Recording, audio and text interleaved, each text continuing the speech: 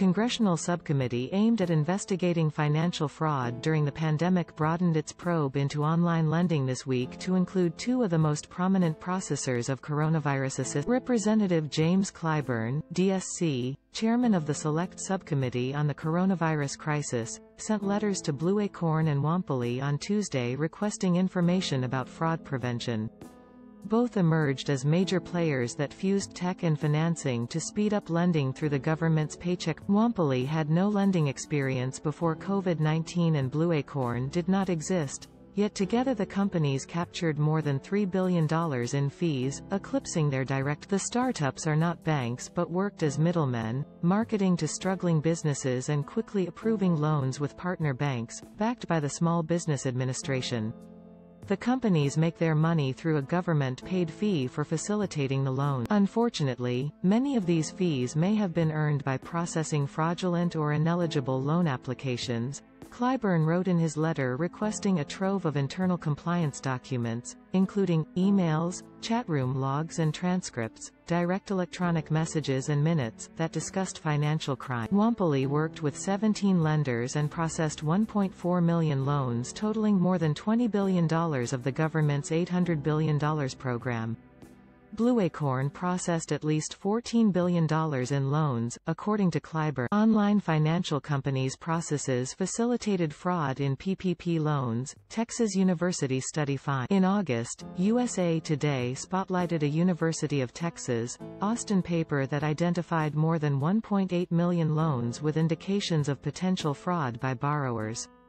Some of the most egregious examples cited by the researchers involved Cabbage, Wampoli. The Texas report outlined how borrowers, including criminals, could create fake companies with fake headcounts and fake salaries to capture a slice of the pandemic assistance, facilitated by the largely automatic review. I am deeply troubled by reports alleging that financial technology, fintech, lenders and their bank partners failed to adequately screen PPP loan applications for fraud, Clyburn wrote.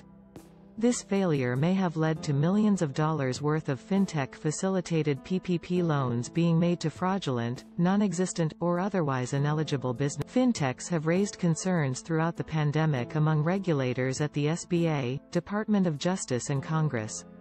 In February, Clyburn sent letters in his probe to Cabbage, Blue Vine, Cross River Bank and Clyburn gave Wampoli and Blue Acorn until November 26 to indicate whether they would cooperate with the requests. In a previous statement to USA Today, Blue Acorn CEO Barry Calhoun said the company was incredibly proud of the work we have undertaken to dramatically reduce fraud in the PPP program, adding that it focused on serving a traditionally overlooked population. A spokeswoman said Tuesday the company would cooperate with the congressional inquiry. Toby Scammell, founder and chief executive officer of Wampoli, called PPP an imperfect program, that nonetheless succeeded in saving millions of small businesses. Wampoli helped the program succeed, and I am particularly proud that our efforts leveled the playing field, so America's very small and minority-owned businesses were able to participate, Scammell said too. On its website, Wampoli directs anyone who suspects fraud to report it directly to the SBA. We know the vast majority of PPP borrowers are deserving, eligible businesses, it says. We will seek to address potential fraud in a manner that minimizes the negative impacts to legitimate borrowers using our. Nick Penzenstadler is a reporter on the USA Today investigations team. Contact him at npenz@usatoday.com or at npenzenstadler, or on Signal at 720-507-5273. This article originally appeared on USA Today. PPP companies Blue Acorn, Wampoli added to congressional probe.